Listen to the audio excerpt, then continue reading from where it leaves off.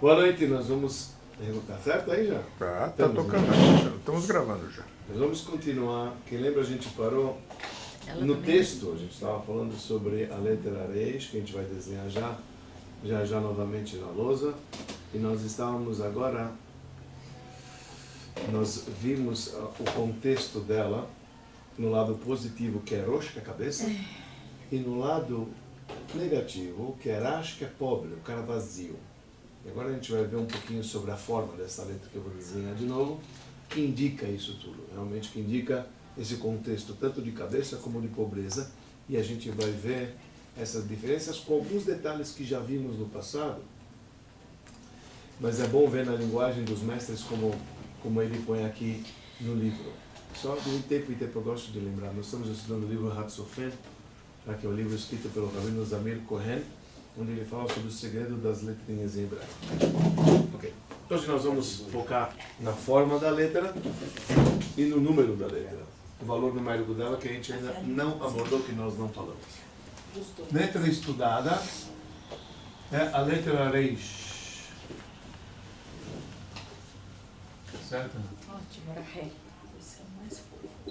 Letra Reish, que é o valor numérico de 200.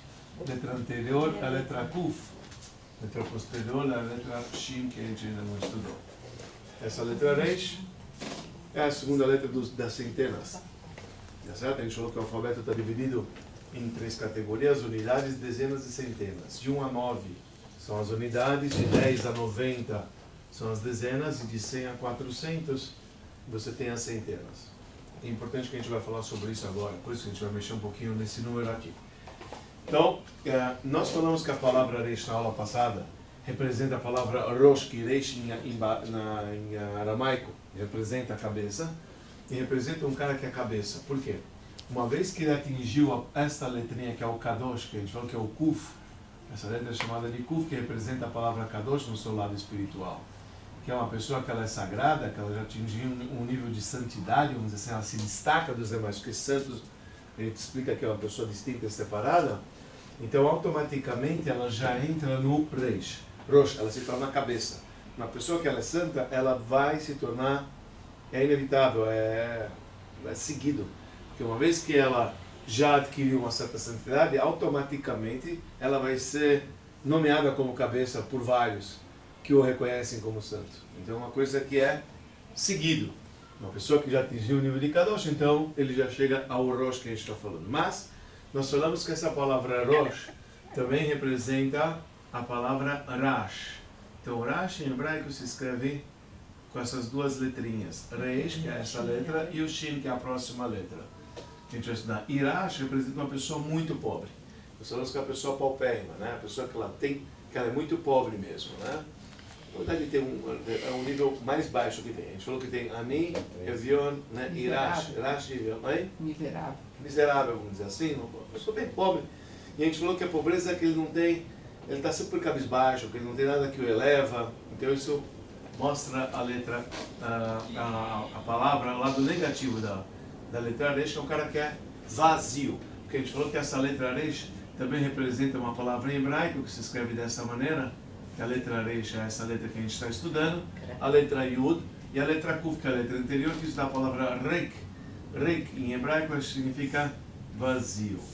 Tá certo? E isso também é a pessoa Rash, é uma pessoa que ela é vazia, porque o pobre é aquele que não tem, ele está vazio. Ele não tem, isso que a gente falou, que representa a palavra Rash. Pessoa vazia. E por isso uma pessoa que ela se observa e ela se vê como uma pessoa vazia, e ela não reconhece aquilo que ela tem, então é a maneira que ela observa, e a gente observa com o olho a gente observa. Então, se você soma uma pessoa vazia da maneira que ela observa, isso tudo a gente viu na aula passada, então é Rash, é o vazio, mais o Ain fica Rashá, então é uma pessoa perversa. Uma pessoa perversa é uma pessoa que ela é vazia e ela observa, o Ain representa o olho, ela observa-se dessa maneira, que ela é vazia de judaísmo, vazia, etc. Ou o pobre, que ele é vazio de Torah e Mitzvot, olhando o lado espiritual, vazio de boas ações, vazio de cultura, vazio de... Então ele é chamado de mitzvot, de preceitos, ele é chamado de Rashá, que é o mesmo que perverso em hebraico, não uma pessoa ruim, perversa. Então, estamos vendo o lado negativo da letra Reish, que é o lado positivo, que é Rosh, que é a cabeça, que a gente falou líder, não só líder, como ele se torna um Rosh, a cabeça, né? E nós também estudamos na aula passada, só recapitulando rapidinho, que o Reish é desenhado desta maneira, que vai um funil, que vem de cima e emana para baixo, para aqueles que estão abaixo, como o cabeça, como líder mesmo, que ele emana daquele que se encontra abaixo. Vamos entrar agora um pouquinho nesta forma, agora na figura e a numerologia, isso que a gente vai entrar agora. Nós vamos abordar hoje a figura, por que ela tem essa figura aqui, o que representa essa figura, tá? E também nesse lado da numerologia. Outra coisa, só para escrever aqui na lousa, que a gente vai ver a diferença que nós já vimos sobre essas duas letras, mas vamos ver a linguagem dos nossos sábios, que tem uma linguagem bonita numa interpretação de uma das passagens da nossa Torá Sagrada, que é a diferença que tem entre o Rash, que a gente falou que é uma pessoa pobre, né, aquele bem pobre, ou miserável, bem enfim, miserável, nesse sentido de pobreza, tá? E entre a palavra Dal. Em hebraico, quando se escreve Dal, é uma pessoa pobre, vamos colocar pobre. Tem o pobre e tem o miserável. Rash tem Ani, Dal e Rash. Rash é realmente miserável. E a gente vai ver, já vimos isso no passado, nós vamos ver na linguagem, não faz mal, porque aqui tem uma linguagem bonita que ele aprende de um versículo.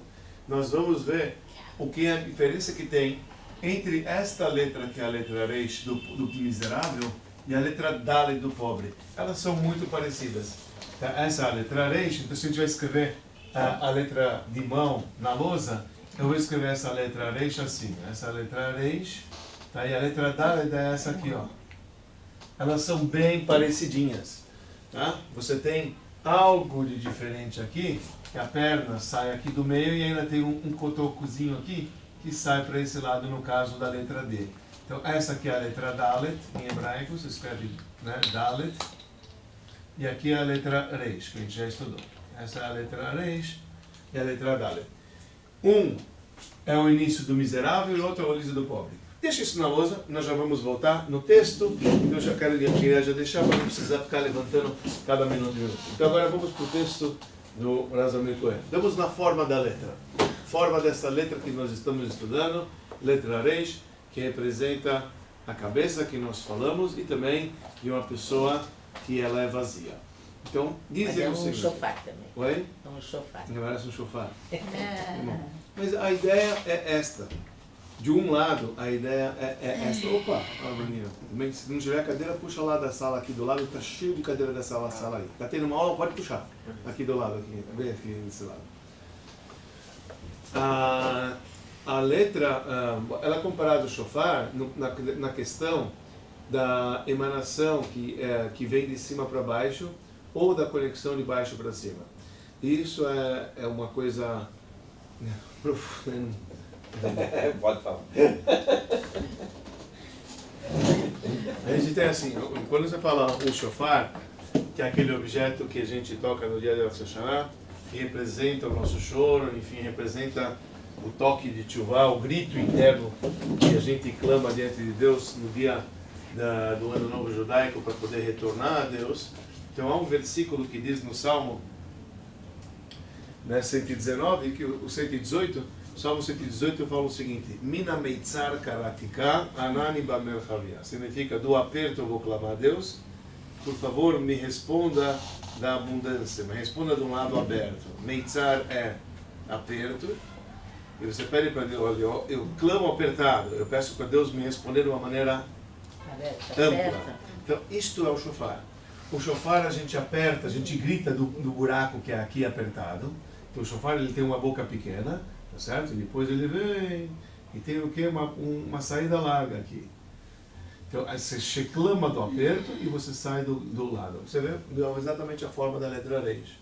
Então realmente tem esse conceito da gente apertar, da gente clamar aqui de um nível bem apertado, que é o aperto que representa o final da letra Reish, e a gente pede para que venha o fluxo do momento de um lado bem amplo, tá certo? Até que a Halakha diz que se o cara tocou o shofar do avesso, ele não cumpriu a obrigação. Primeiro, ele não vai conseguir ensaiar shofar. Mágica. Ele não vai conseguir, se ele conseguir Segue mais bacaca. se sair uma merrequinha, se sair uma merrequinha de um apitinho, não valeu. Vai mais bacaca. Nem o gorjeio. Não valeu porque nós temos que clamar do aperto. Minamente, ela aperta. Você fala do aperto para a abertura, minameitzar ela merchav. Você fala do aperto, ela minameitzar karatikanani bamerchav. Então realmente está ligado com a palavra shofar, inclusive na palavra shofar tem a letra reish no fim. Né? Que shofar se escreve com reish no fim. Então tem a ver com o conceito, isso tem a ver. Por quê? A gente quer que a emanação venha de cima para baixo. Essa é a ideia do shofar. A gente é uma conexão de baixo para cima e a gente espera que venha. Então o resultado que vem de cima para baixo nos emana. Okay. Mas vamos focar agora nessa letra, além do shofar que a gente falou. Veja só o que ele traz no livro, que é uma coisa interessante.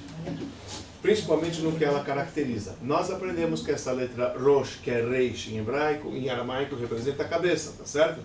Então veja o que ele traz aqui, o livro do Ozam Cohen. Ele fala o seguinte, na forma dela, a forma da letra Reish, ela é como metade de um mem fechado. Eu vou explicar para vocês o que é o mem fechado, e eu vou desenhar para vocês o que é o mem fechado, vocês vão entender por um lado. Por um lado ela parece como a cabeça de uma pessoa, por um lado. Mas, por outro lado, ela representa um vazio muito grande, que não tem absolutamente nada dentro. Vamos lá. Vamos à imaginação. Ele fala que esta letra, o desenho dela, é a metade de um mem fechado. Então, vocês precisam saber como é que é o mem fechado escrito na Torá, e eu vou desenhar para vocês. Nós já estudamos essa letra, mas há muito tempo atrás.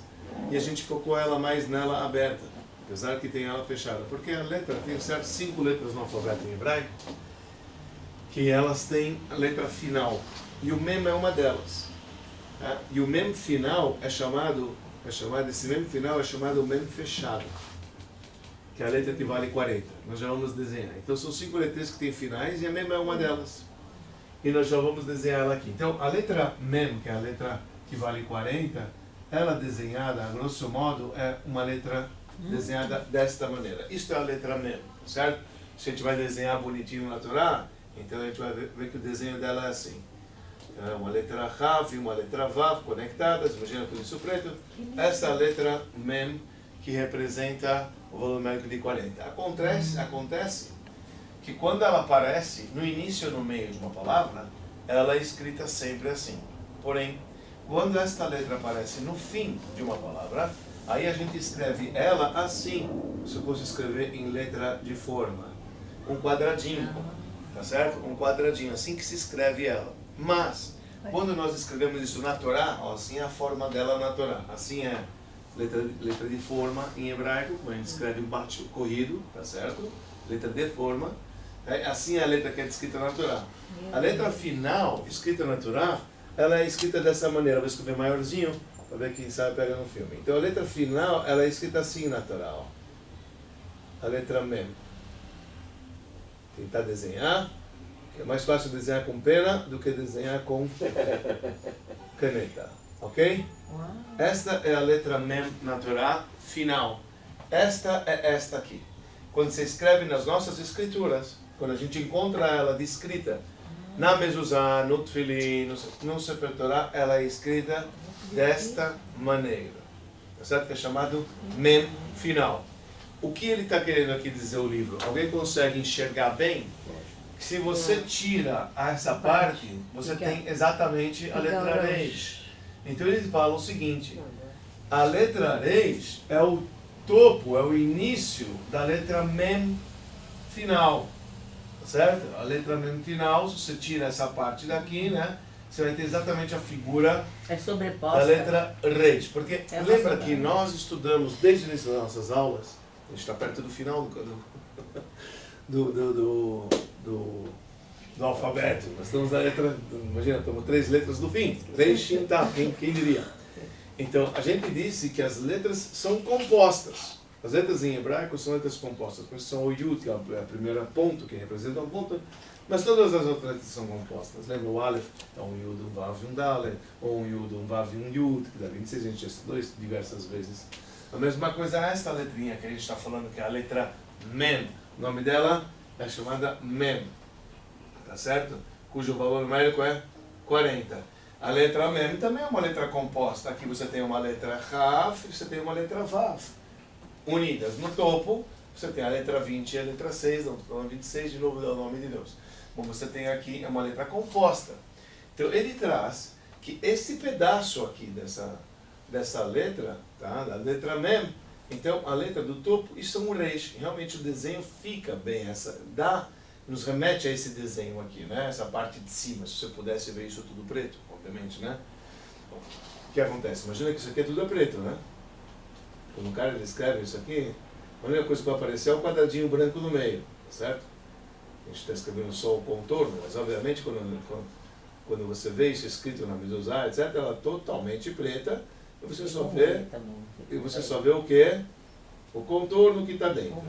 Não fica um rei também? Oi? Um rei? Onde você está vendo aí? Eu estou vendo tanta letra Tem que aí. estar aberta para Não ser sabe um rei. como Ela está fechada. Boa, essa é legal. Estou começando a Você entender. está vendo? Essa aqui é a letra Mem final. Então você está pegando que essa parte daqui, se você tira, é exatamente essa parte daqui. É. Não, isso que ele está querendo dizer aqui no nosso livro, ok? É arredondado Ó. por dentro. E é arredondada por dentro. Ah, Bem lembrado. Não é quadradinho assim que a gente faz aqui quando a gente escreve letra de mão. Este canto é arredondado, o resto é ponta. Assim, o sofrer, quando tem que escrever o Mem, O cara é bom. ele tem que arredondar aqui. Aqui é tudo ponta, ponta, ponta, ponta, ponta. Aqui é arredondado como reis mesmo. Você escreve reis. Tem que se escrever reis. Precisa Muito difícil. Muita paciência, Precisa claro. estudar, Muita escrever, dedicação. precisamos. Não, porque imagina que a gente está estudando, pessoal, a gente já falou isso diversas vezes, isso é bonito desse estudo, é o seguinte. Estas letras escritas desta maneira carregam a energia correta. Quando você escreve elas certo.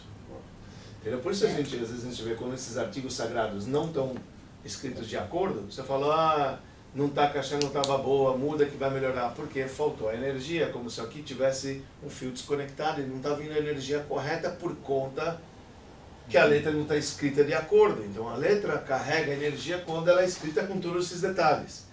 Então eu preciso escrever aqui, ó, arredondado nesse lado, ponta aqui, ponta aqui, ponta aqui, ponta aqui, ponta aqui, ponta aqui, ponta aqui. Isso na pena. Quer dizer que o traço da pena. quadradinho Então, de dentro tem uma parte que é redondinha. e ó, 100%, que é esse inteiro aqui, ó. Só tem 3 Legal. ângulos retos, tá bom? Sim. Só tem Três 3 ângulos O resto é o redondinho. Exato, que é esse daqui. É. Ok? Que é o que? A entrada do reis. O que ele está dizendo é o seguinte. Esta letra reis, se você pega a pessoa de perfil, você vai ver que aqui é um reis. A cabeça da pessoa é feita bem arredondada, graças a Deus, não está quadrado aqui. Que é arredondado. O que tem a ver a Tá cabeça certo? também? Ó, olha só que legal. Saiu. Sério? Não é cearense. Olha só, ele traz Mas é também, sério. ó. É o encéfalo. Como assim, né? Olha só, É a tá ponta vendo de o baixo. reis? Tá vendo o reis? Dá pra ver bem claro aqui o desenho do reis. A cabeça da pessoa é um reis. Isso aqui é o encéfalo. É um encéfalo, ó. Então, aqui a gente vê essa figura, vai, Embaixo a medula. da cabeça da Põe na pessoa. câmera. E a gente vê até um pouquinho até melhor descrito, desenhado ali, você vai ver que ele vai dizer uma coisa interessante. Ops. Por que é importante ver essa figura que ele mostrou? Porque ele diz o seguinte, que a letra reis carrega a face de uma pessoa, né, que aqui é arredondado, só que aqui onde viria, teria que ter muita coisa cheia aqui, cérebro, cabeça, visão, boca, etc. Está tudo vazio, o interior dela está vazio. Olha o vazio que a gente está falando, o reiki vazio. Quer dizer, uma pessoa, puxa vida, cabeça, deveria ter cabeça, deveria ter conteúdo, etc. Mas dentro está um vazio. Então, vendo a linguagem dele, isso é uma linguagem interessante. Olha só como as coisas estão então interligadas. Veja só na linguagem do mestre, ele traz o seguinte. A letra Resh é como um meio mem fechado, por um lado, que se mostra com a cabeça do homem, mas por o lado de dentro é um vazio completo, sem base, embaixo e sequer dentro dela, embaixo também, porque torna-se uma letra que não tem base. Essa letra você põe ela aqui na mesa, Toca. se ela tivesse de pé ela ia cair. Ela dança. Por que ela ia cair? Porque ela não tem base. É uma letra que é uma ponta, tá vendo? Imagina se você colocasse essa, se tivesse ela fisicamente, ia colocar a orelha na mesa, ela ia cair porque ela não tem ponta. Aliás, a gente já estudou isso diversas vezes, é a base da palavra mentira em hebraico, que são letras que não têm que não têm pé firme. Em contrapartida, as letras que fazem a palavra emet, que é verdade, são letras com base firme. Então, verdade tem base firme e a mentira tem perna curta. Então, essas de perna curta que eles falam os dois. E os números é pra 6 nós, e 9. Aqui não tem perna. Oi? E os números é 6 e 9. Um 6 contrário e do 9. 9. Um Muito bem. contrário. A gente falou, olha, essa letra Shin, tá vendo? Tem perna, a letra Shin, coloca ela na mesa. Vai cair, tá certo? A letra que compõe a palavra mentira, então, olha, o sheker seria a primeira letra, essa aqui, essa é a segunda letra e essa é a terceira letra. Quando você escreve mentira em hebraico, você escreve essas três letrinhas, sheker. Todas elas não têm base. Você coloca elas, todas caem, porque a mentira cai. Mentira não tem consistência. Exato, mas quando você escreve a palavra verdade em hebraico, todas elas têm dois pés. Olha só, aqui também o mem tem dois pés, então ele fica firme e forte. Ou o taf tem dois pés. Tá vendo? Tudo tem dois pés. Então verdade é firme. Mem é verdade, que é firme e forte. Mas o sheker, a mentira, não. Então o que a gente está vendo aqui é o seguinte: não só que não tem base aqui dentro, no interior é vazio, e aqui também não tem base, tá certo? Esse é o lado da letra Reish, que ele é vazio e sem base. Isso que ele está querendo dizer. Estranho, né? Porque o Rosh devia ser, a cabeça devia ser completo. Então, mas a gente está lendo agora do lado negativo. A gente está vendo o lado negativo. Ele já vai falar o lado positivo. Oi? A letra dele é demais. Tem que ter esse arredondado? Parece esse aonde? em cima tem que ser No Reish? É. Fundamental. Um Reish Não pode ser quadrado. Passou? Um detalhezinho. Não é caché. Se você escrever essa letra Reish aqui, ó, esse lado aqui, obrigatório tem que ter esse ângulo. Sim, mas o... Vamos imaginar que você escreveu o cara e sofrer, ele escreveu um Reish assim, ó. Você viu que já não está mais arredondado, tem uma ponta aqui, passou. Isso aqui, se eu pego uma mezuzá que está escrito um Reish assim, que está com a ponta aqui, ó, ficou ponta de repente ficou assim. Isso aqui é passou. Parece um dado. Isso parece um Dalet. vai parecer com esta letra e não. Então, se existe uma regra no Reish que é fundamental, que não pode ter, é esta aqui arredondada aqui. Mas essa da boca, essa... Aqui? É. Não, em cima. Aqui? Não, pode ser reto. Pode? Ah, tá. Pode ser reto. A gente só faz arredondar para ficar mais bonitinho. Pra combinar. Assim a gente faz tudo arredondado. Mas poderia ser reto, não tem problema nenhum. Muitos querem reto. Aqui não há problema. Mas aqui sim, e aqui também, muitas vezes sim. Então, esses dois ângulos da letra Reish é fundamental. Se ela não vai estar retinha aqui assim, não tem problema. Se ela sai uma perna fina, não tem problema. Está arredondado aqui, está arredondado aqui. Tem profundidade aqui para lá. Tem aqui. Você sabe que cada letra, nós falamos o seguinte. Então, nós falamos que cada letra tem que ter 3 culmos. O que quer dizer culmos? Culmos é a pena, o traço da pena, a grossura da pena. Então, por exemplo, qual que é o culmus dessa letra Reish? É português? Não, em hebraico, antigo. Culmus é em hebraico antigo. Em hebraico moderno se chama notzah. Notzah é pena. Uma penada significa o grosso, quanto que é a ponta da pena. Então, esse é o calibre da pena. Quando ele pega a pena e ele escreve, esse é o calibre da letra. Então, o tamanho da letra, qual que é o tamanho uniforme correto para o sofer ele escrever? É 3 culmos, uma letra convencional. Ou seja, imagina que cada culmus é a espessura daqui a aqui. Então, eu vou desenhar 3 quadradinhos, vamos dizer assim. Vamos desenhar para esse lado aqui, ó. Aqui, isso aqui é um culmus dela, esse aqui é o segundo culmus dela, esse aqui é o terceiro culmus dela. Tá vendo o tamanho dela? Tá aqui? Ela tem 3 culmos, entendeu? É de degrauzinho. Entendeu o que quer dizer culmus? Altura. A altura dela tem que ser 3 penadas. Essa é a altura. Se eu faço a perna curta, ela só tem um culmus e meio, problema. Se eu faço a perna longa, opa, eu vou mudar essa letra Reish vai virar Raf Sofit. Então a gente tem que tomar muito cuidado com isso. Quando o sofer escreve, ele tem que escrever letras que tenham um tamanho de 3 culmos. Então você vai ver aqui, por exemplo, quando eu desenhei esse Vav, quando eu desenhei esse vav, eu me peguei nesse topo daqui, né? E eu vou desenhar aqui um quadradinho, aqui outro quadradinho, aqui outro quadradinho. Então são 3 quadradinhos, esse é o tamanho da letra mesmo. Entendeu? Correto. Se eu estico, tá certo? Se eu estico dessa letra Rav, dessa letra Reish, e eu vou esticar ela, a perna bem para cá, comprido, já mudou, já não é Reish, a letra Rav final. Tá certo? Ou, por outro lado, se eu não estico aqui a cabeça muito para lá, eu vou ter a seguinte figura, ó. Vai aparecer um Vav. Já não é mais a letra. Então, as letras têm que ter um tamanho uniforme. Ela tem a E o simetria. tamanho uniforme é 3 Altura e largura, né? É isso que eu ia falar, na horizontal. Quando faz, tem alguma... Você pode esticar uma letra um pouco mais, não é tão correto de você. Não é passou. Não é. Mas deixa de ser, às vezes, bonito. Entendeu? Porque tem letras que você não escreveu a linha bonita. Você começou a apertar, de repente sobrou linha, você vai lá e Justifica.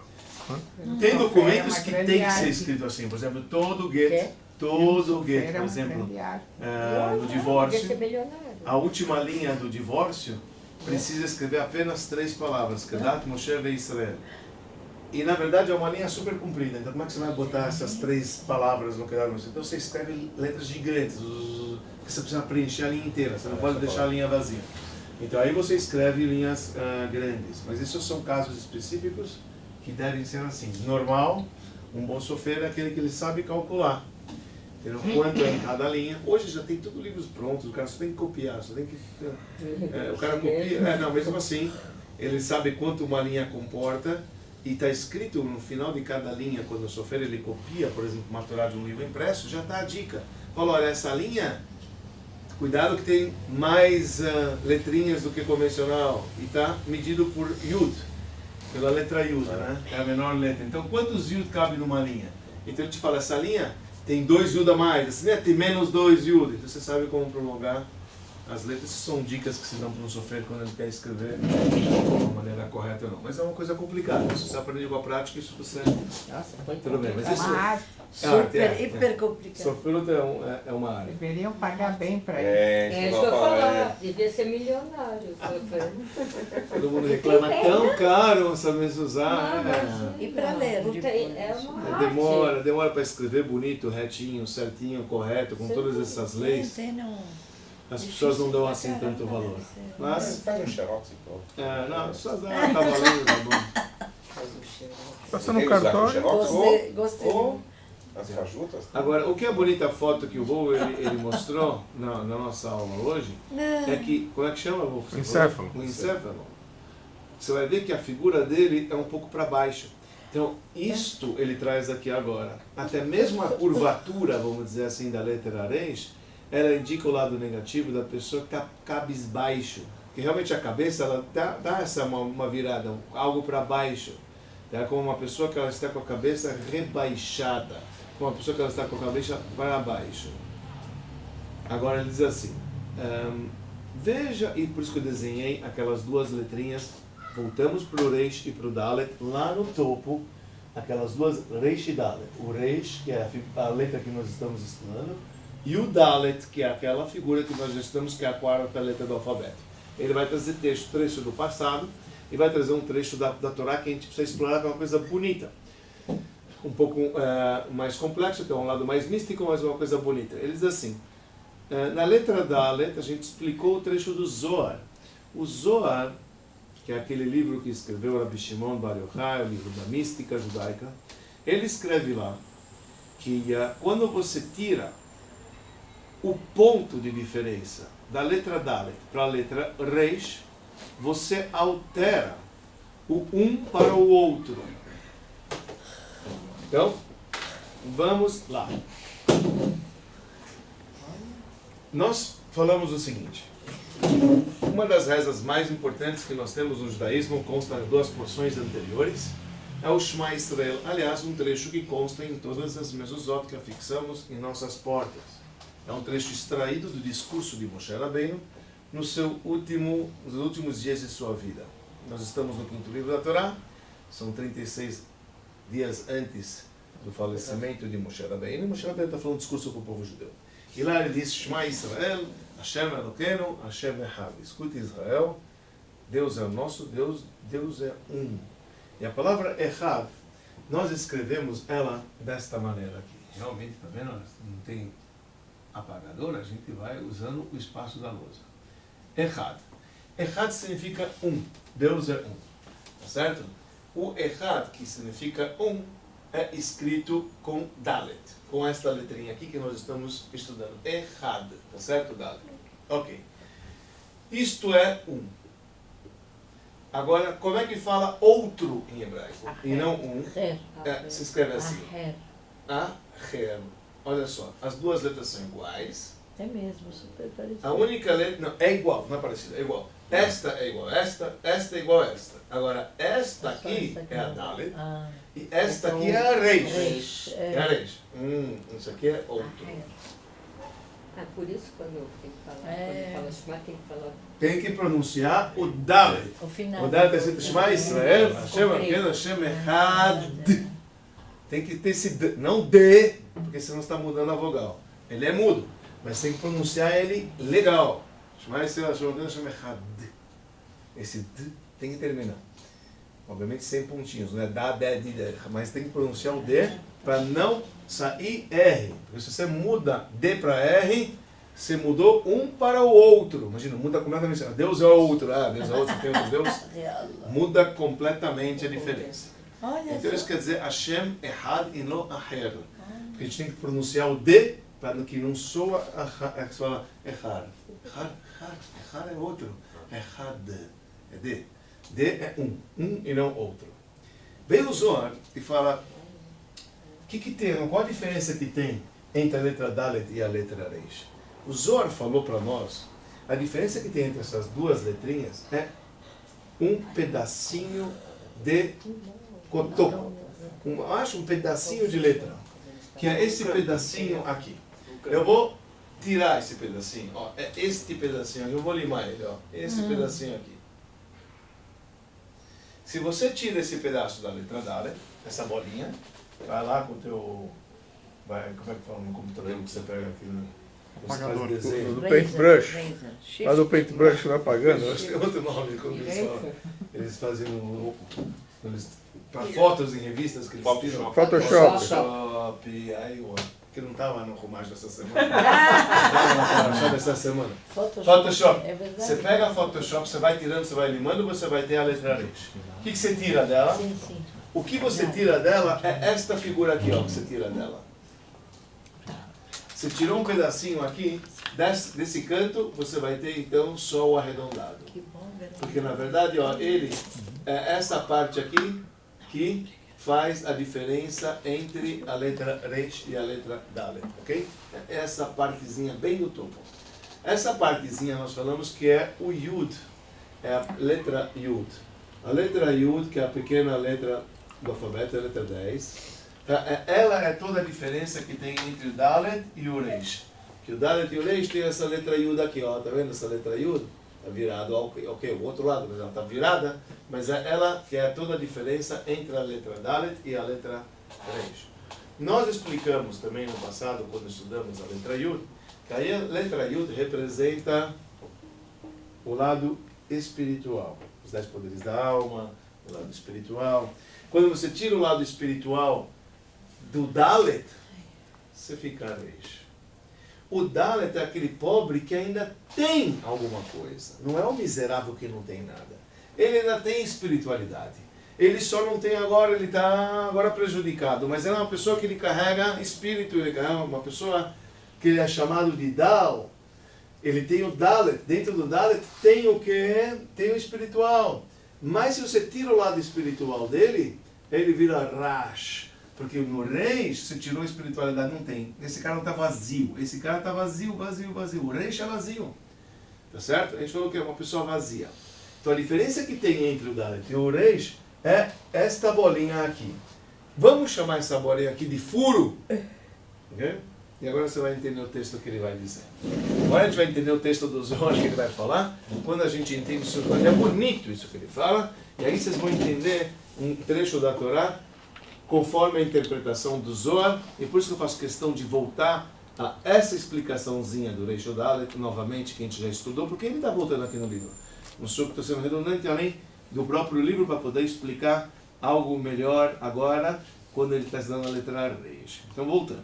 A letra Dalet, o Zohar explica que quando você tira o ponto do Dalet, da letra Echad, que é vai ficar Acher, outro. Tá certo? E o outro representa o lado negativo, que é do mundo da mentira. Estamos falando o lado negativo, que é o mundo da mentira, que ele é o outro, porque não existe isso, para nós só existe Deus. E assim explicou o Radbaz. Radbaz era um sábio chamado Rabbi David ben Shlomo ibn Zimra. Foi um sábio que ele nasceu na Espanha.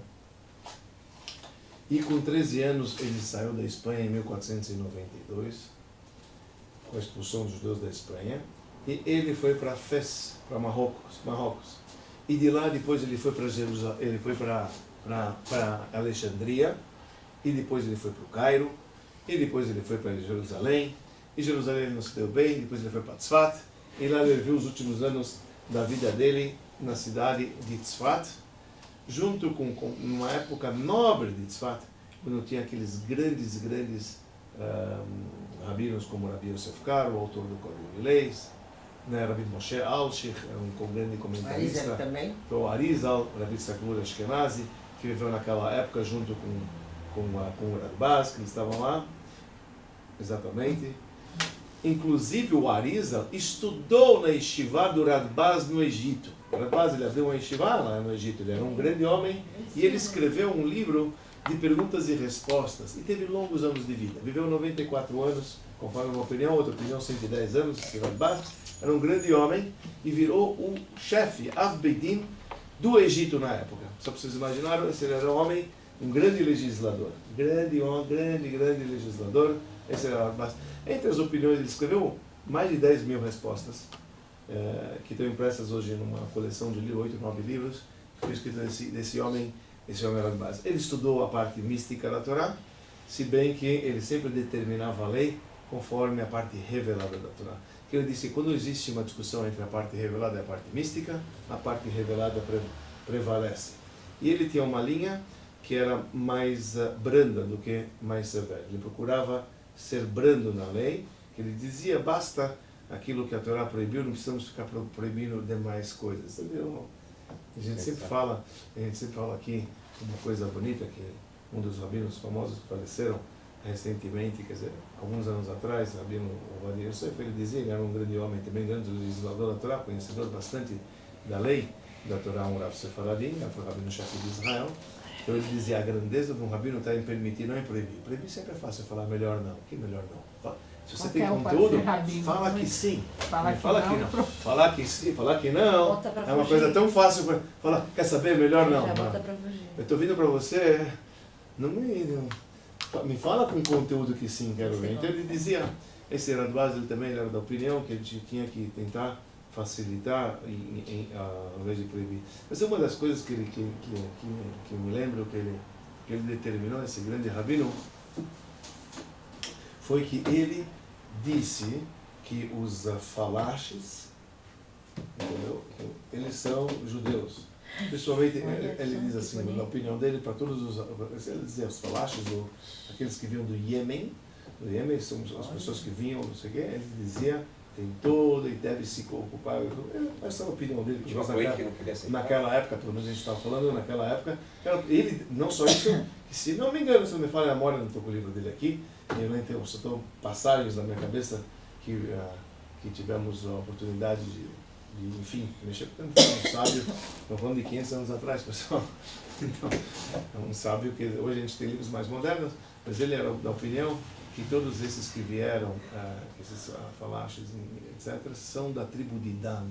Eles são da tribo de Dan, que ela fazia parte das 10 tribos do povo de Israel que se dispersaram, e eles eram da tribo. Mas tinha uma coisa que ele queria aceitar isso? Assim, o que acontece? Hoje em dia, na prática, por exemplo, essa é a opinião dele 500 anos atrás, a gente deve se dar. Hoje, na prática, quando você pega pessoas que vêm dessa origem, ou de origem como essas, que você não tem tradição que ficou, então, hoje em dia, a lei judaica que prevalece em Israel, se faz o que nós chamamos de Giyur Lechumra, Giula, como significa? Você vai fazer uma conversão just in case. Se ele é judeu, ótimo. Se ele não é, então que ele assuma e que ele faça uma mikve. Então, se ele é um homem, você dá uma pitadinha, você já tem um brit milá feito, você dá uma pitadinha para tirar um sangue, você faz uma brachá, você pede para ele mergulhar na mikve, para ele assumir de novo os compromissos da lei judaica. Então se faz um giur. A gente não aceita simplesmente quando não se teve mais tradição do que é, etc. A grosso modo, eu não quero pegar isso, mas você pega Brasil, tá cheio de judeus também. Muitos judeus vieram para cá, entendeu? Imagina, sabe quem estudou sabe quem era um dos alunos do Radbaz? Ele chamava Rabi Yosef de Castro. Castro é um nome que aparece. Você tem um comentarista do Código de Lei, chamava Rabi Yosef da Silva. Silva, sabe? Eram nossos. Quer dizer, pessoas de Portugal, da Espanha, carregavam esses nomes. Então você pode imaginar, quando houve a expulsão dos judeus da Espanha, e quando houve a expulsão dos judeus de Portugal, quantos vieram para cá? Então vieram com caravanas cheias de judeus. São cristãos novos, que tiveram que abandonar e praticar judaísmo de uma maneira escondida. Até hoje tem judeus que praticam preceitos judaicos assim no norte do Brasil. Tem uma estrela do sertão, tem um livro chamado Uma Estrela no Sertão, acho. Aí? Que mostra esse lado da história. Naquela sinagoga, que nem Israel. Aquela Israel de Recife que... É linda. Isso foi quando o Rabi Yitzhak Abuhal da Fonseca veio, nos anos 1650, mas ele voltou. De lá os judeus saíram, criaram Nova Amsterdã, que é Manhattan, mas isso é outra coisa. Mas estou falando dessas pessoas que elas tinham cultura judaica, porque eles eram cristãos novos. Saibam vocês que durante muitos anos, Portugal, isso é conhecido, a gente estava lá com um grupo de brasileiros uma vez lá no museu, a Torre do Tombo, que se chama, e lá você vê em Portugal os manuscritos originais dos atos de fé das pessoas que vieram exportadas do Brasil para Portugal, que eram portugueses que eles expressavam a fé judaica. E eles eram trazidos do Brasil. Então eram trazidos do Brasil para Portugal. Isso até 100 e poucos anos atrás era assim, eram condenados, eram queimados, eram mortos em Portugal fora a aquisição. Depois dos anos da aquisição. Eles ainda continuaram trazendo pessoas que eram de origem portuguesas, que expressavam a fé judaica, mas são histórias que a gente vê, infelizmente a história do Brasil que não é contado, mas são histórias que aconteceram e nós temos de relato. Mas veja, são nomes nossos. Você vê, Carvalho, Castro, Silva, não sei, são nomes muito de judeus, Pereira, e assim vai, Oliveira, etc. São muitos nomes que tinham assim. Agora, como que a gente vai atuar com pessoas como essas que carregam isto, por exemplo, um dia que nós não temos mais tradição, eles não tiveram mais a tradição, então não tem o que se fazer. Se faz uma conversão. A gente faz uma conversão com a pessoa que ela quer abraçar o judaísmo, enfim, se ela está de acordo com a lei judaica, que ela demonstra que ela quer isso, que ela quer para a vida e passa todo o processo, enfim, que é o processo de conversão, então obviamente ela vai passar um processo de conversão. Mas esses que estamos falando aqui, que o Radbaz estava falando, eram pessoas toachas que mantinham a tradição, tinham umas certas comunidades e viviam como judeus, só que se perdeu aquela tradição. Porque eles estavam afastados, vieram de um local onde preservaram, mas saiba, não tinham com tanta certeza se é ou não é. Ele dizia na época dele, estamos falando aqui em 1492, ele tinha 13 anos. Ele faleceu em 1590 e pouco, ele viveu 94 anos, 1580 e pouco, ou 74 anos, alguma coisa assim, porque era 94 anos, ele nasceu, se ele saiu com 13 anos em 1492, ele nasceu o quê? 79, 1479. Quando ele nasceu, então, exatamente, ele nasceu em 1479, então você pode imaginar. Então, ele escreveu na época que se podia se confiar que aquelas pessoas judias. Inclusive, ele descreve também numa das coisas dele, imagina, o texto que ele fala, não tem que ficar falando tudo que ele fala na vida, ele escreveu muita coisa na vida, mas ele determinou também, conforme a opinião dele, ele foi um dos homens que opinaram que justo sobre onde se encontra a mesquita de El-Aqsa, né, que é a mesquita, o Domo da Rocha, que o Domo da Rocha é aquela que tem o dourado, então justo lá onde se encontra uma pedra, lá era o local do Santo dos Santos, onde tinha o templo sagrado. Ele era uma das pessoas que determinava que determinou isso, assim, com uma certa convicção, etc. Mas ele era um homem extraordinário, foi enterrado em Tzfat, justo próximo do Arizal também, que o Arizal foi um dos alunos dele quando ele era mestre no Egito, né? E um dos alunos dele, Hamabit, também está enterrado lá do lado, conforme a tradição. Então descobriram que era ele que estava enterrado lá, naquele setor tão sagrado lá de Tzfat. Então estamos falando de uma pessoa gigante aqui, estamos falando de 500 anos atrás. Então ele explica, ele estudou muito a Kabbalah, esse homem estudou muito Torá da Kabbalah, né, o Radbaz. Então ele explica o seguinte, quando ele fala sobre isso daqui, da letra da lei, está vendo aqui, já está fugindo do aspecto que ele tanto se dedicou, que era a lei judaica. Ele escreveu 10.000 perguntas e respostas, ele foi o Av Beidin, ele era o chefe do tribunal do Egito, e se tornou um grande sábio de Israel, trazido diversas vezes pelo próprio compilador do Código de Leis, nas suas obras, sempre era um homem de grande opinião na época. Né? Então ele explica o seguinte, que a Pizebir Radbaz, esse David Ben Zibra, que a gente chama, ele escreveu um livro chamado Magen David, e lá ele explica o seguinte, tem uma passagem na Bíblia, que nos conta no quarto livro da Torá, que chegou o filho de uma judia, que amaldiçoou o nome de Deus. E a Torá descreve, ele era filho de uma judia, mas o pai dele era um egípcio. O pai dele era um egípcio. Em um determinado momento, ele vai lá e ele amaldiçoa o nome de Deus. E Moisés não sabia o que se faz com esse caso. O cara está no acampamento, está amaldiçoando o nome de Deus, o que se faz com uma pessoa como essa?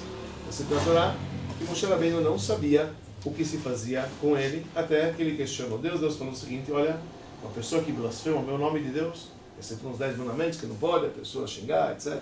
O nome de Deus, Deus nos livre. Ele usou, ele falou, então ele tem que ser apedrejado. Assim diz para nós a Torá. Eu não quero entrar em todos os detalhes, que a gente já entrou numa aulinha passada de quem era ele, a encarnação de quem, etc. do Arizal. A gente já viajou. Esquece essa viagem, senão a gente vai engatar e você não para nunca. Lembra que a gente falou que era Moshe? Ok, esquece essa passagem, vamos aqui com o Radbaz. Aquela coisa está interessante. Aí, aqui ele traz o seguinte, não, está escrito na Torá Vayikov. Vayikov, a linguagem na Torá está escrito Vayikov. Vayikov, a gente traduz isso como amaldiçoou, mas a tradução literal de Vayikov vem de uma palavra em hebraico que é Nekev. Vayikov vem da palavra Nekev. O que é Nekev em hebraico? Vayikov, a gente traduz lá, no contexto, é que ele amaldiçoou. Mas a tradução literal da palavra Vayikov, se você for pegar o shor, se você pegar a raiz desta palavra em hebraico, vem da palavra Nekev. Nekev, em hebraico moderno, hebraico comum, Nekev é buraco. Loch. Alor. Um buraco. Ai, my God. Isto é chamado Nekev. Muito difícil. Aliás, por conta disso, o pessoal, né, e obviamente não levando e tirando sarro ao contrário, esta é a verdadeira raiz da palavra Nekevá em hebraico, que é feminino. Por que a mulher é chamada Nekevá? Porque ela possui um Nekev. Porque ela possui um buraco. Então, daí vem a palavra Nekevá, a origem da palavra. As palavras em hebraico são precisas. Quando você fala o homem, ele é chamado de Zahar, e a mulher é chamada de Nekevá. O que é Nekevá? É a palavra Nekev, é a palavra, aí precisa dizer como se escreve, Nekev, que é buraco, mais o sufixo rei, que é o feminino. Nekevá, se escreve assim, Nekev, isso aqui em hebraico é Nekev. Nun, Kuf, Beit, e mais a letra Rei. Então, isso é Nekevá, tá? Nekevá, isso significa feminino. Feminina. Qual é o sexo feminino? Nekevá. Por que o Nekevá é chamado feminino? Que vem da palavra Nekev. Nekev significa buraco. Agora a Torá fala Vayikov et Hashem. A gente traduz que a mulher amaldiçoou Deus, mas vem da base e fala, desculpa, a palavra usada está escrito que ele furou. O que quer dizer ele furou Deus? Ele explica, ele furou o Dalet de Errad e fez Acher, ele fez um outro. Isso quer dizer furou Deus, isso que ele explica o Radbaz lá. A palavra da Torá escrita é precisa. O que ele fez, ele furou. Ele furou, que ele tirou a espiritualidade que tinha em Deus errado, é um.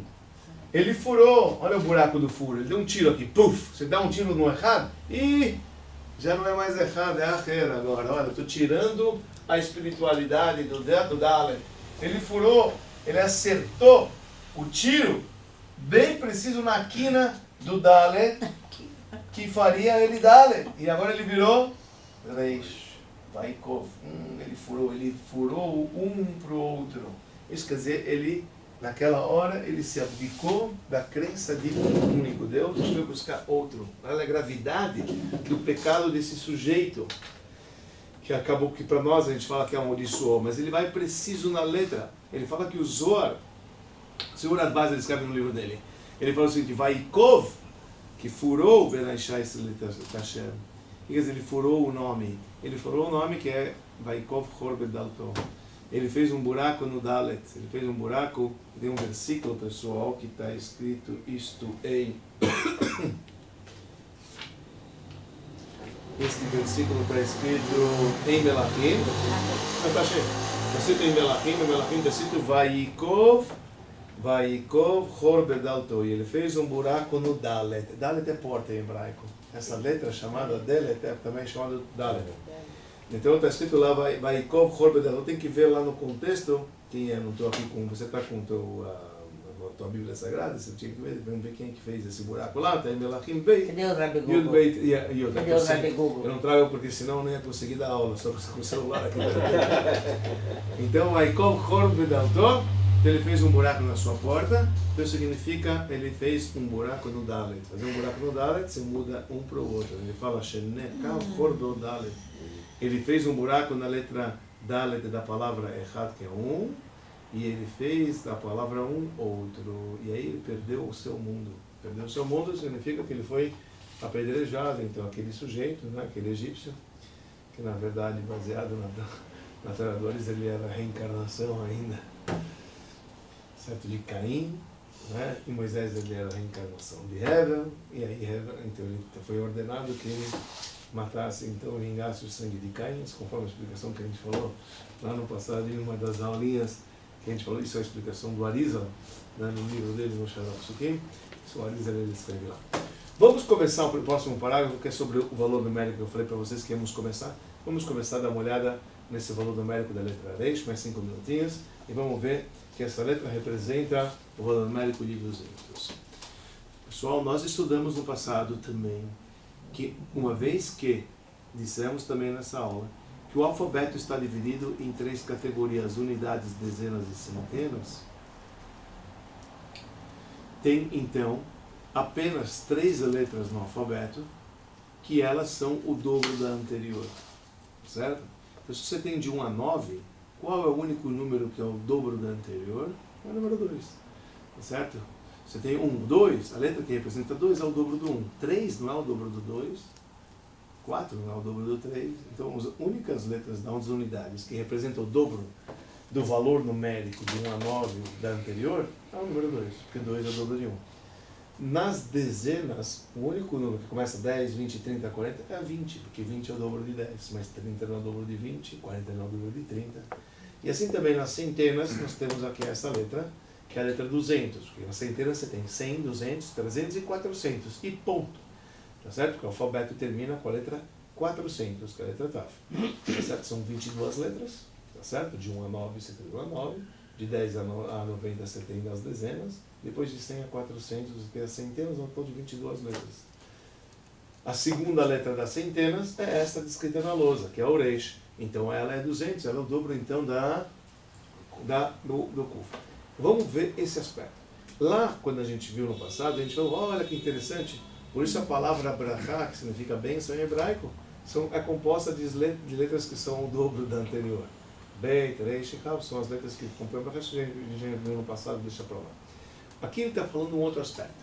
Vamos ver um aspecto do dobro bonito que ele vai trazer aqui. Olha só o que ele diz. Ele diz assim, o número dela é 200, que é conforme a ordem, então essa letra Reish, né, a gente vê que a pessoa, quanto ela precisa para poder construir o seu nível em termos de espiritualidade, e ela em particular, depois que você tem as dezenas, as centenas, que você chegou nas centenas, então ele traz o seguinte, olha que ele traz uma coisa bonita. Quando uma pessoa já atingiu a sua plenitude das letrinhas anteriores, que a gente vê em uma escala, lembra? Espiritualidade, cá, formar, estudo, a pessoa transgride, ela tem aquela humildade, depois ela usa a boca para poder se expressar, depois a gente todo em ordem.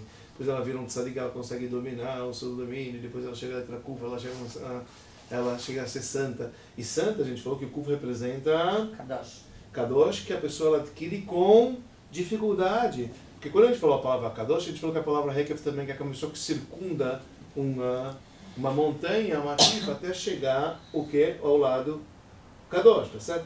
Quando ele alcança Kadosh, quando a pessoa alcança o nível de Kadosh, que demora muito, sabe, para ele chegar a Reish, que é? É um pulo, um salto.